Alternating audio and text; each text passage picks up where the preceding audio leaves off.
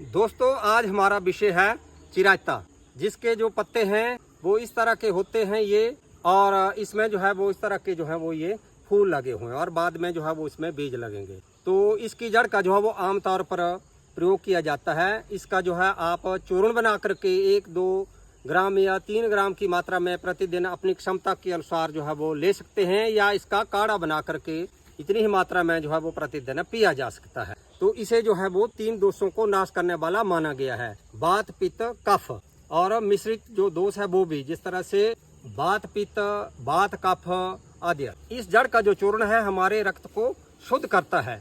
यदि किसी को दाद खाज खुजली फोड़े फुंसियां यहाँ तक के कोड़ भी हो गया हो तो इस जड़ का जो चूर्ण है निरंतर लेने से जो है वो कुछ ही दिन में जो है वो काफी लाभ मिलता है।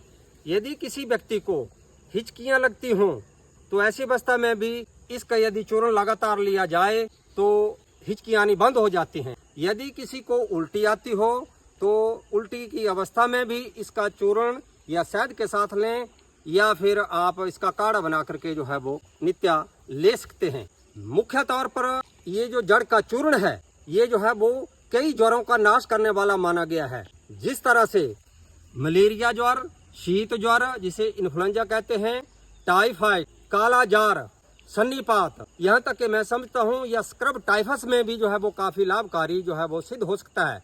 तो बताई गई जो इसकी जड़ की चूर्ण की जो मात्रा है उसे शहद के साथ या फिर आप काढ़ा बना करके जो है वो नित्य जो है वो कुछ दिन तक लें तो या जीवाणुओं और यहाँ तक के विषाणुओं का भी नाश करने वाली जो है वो ये जड़ बताई गई है। जिस तरह से मलेरिया के जो जीवाणु हैं उनका यह समूल नाश कर देती है, या हमारे लीवर को भी मजबूत बनाती है। यदि किसी को कब्ज हो तो या उस कब्ज को तोड़कर आंतों को साफ कर देती है, और जो पेट में कुछ प्रकार के कृमि होते हैं उनको भी या मारने में काफी लाभकारी सिद्ध होती है, या भूख को बढ़ाने वाली भी है। यदि किसी व्यक्ति का काला जार की वजह से लीवर या जो तिल्ली है वो बढ़ गई हो तो कुछ दिन तक इसका सेवन करने से वह भी जो है वो ठीक हो जाते हैं।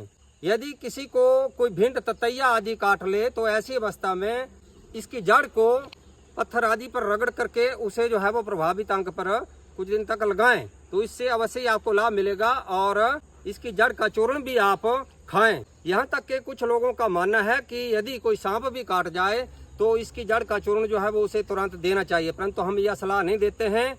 यदि सांप आदि काटे तो आप तुरंत जो है एंटीडोट जो है वो अस्पताल में जाकर के जो है वो लें।